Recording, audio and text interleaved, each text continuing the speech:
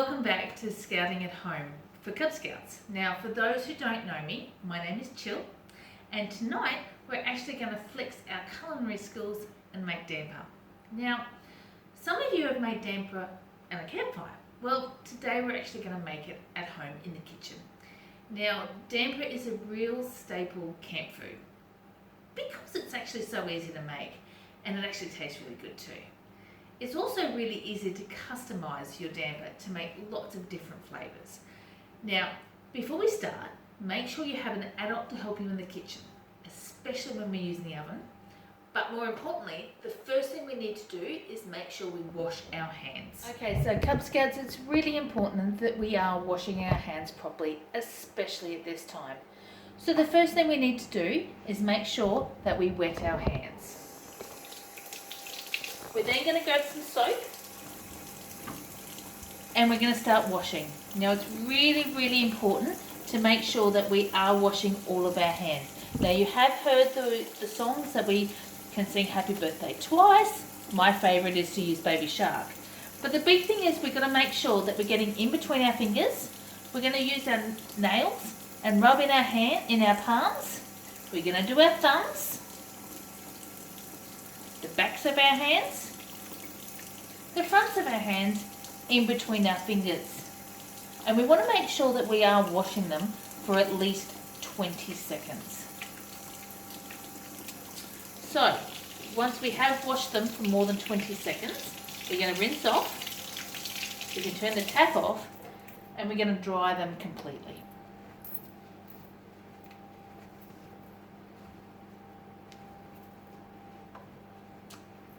Okay, now that our hands are clean, let's go back to our damper. So now let's grab our ingredients. Now we're lucky because we only need 3 of them. Flour, water, and a little bit of salt. Now the equipment we're going to need is an oven, some baking paper, a baking tray, a cup, a bowl, and a spoon for mixing. Okay, so we're going to start with an adult to help you preheat the oven. Now we need to heat that to 200 degrees Celsius. We've actually already done that prior. Now we're also going to line our baking tray with paper, which we've also done, and we're going to put that aside for later. Now, one of the reasons damper is so easy is that you don't need to worry about the exact measurements. We're going to use our cup. Now I've just used a normal coffee cup, and we're going to fill it halfway, so about here, with flour. Oops, that was a bit too much. Now obviously this is for one person, so if you do want to make it for more than one person, you just double or triple the ingredients as need be. So we put our flour in the bowl. Next thing you need to do is use our dry ingredients. So we need to take a pinch of salt. I'm just going to put that in the bowl like that. And then we're also going to put the water in. Now we need about half the amount of flour for the water. So about 1/4 cup, so about here. About 1/4 cup. And we're going to pour that into our bowl. Now we're going to mix it all together. Now, if you find that it's too dry, you can add a little bit of water, a teaspoon at a time. But I've actually found that this dough is quite good and it's mixing together really well. So we probably don't need to add any extra water for that. Now, once it's all mixed together, you don't actually need to knead your dough. It's all ready to go. So as I said before, when we're mixing our dough, if it's too dry, just add a little bit more water, a teaspoon at a time. You don't want to add too much at a time because it'll make it too wet. Alternatively, if you make it too wet, then you can add a little bit more flour and get rid of that stickiness. Now, here's our dough here. Alright, now what you want to do is place your dough on your lined baking tray in a nice round shape. Move that out of the way.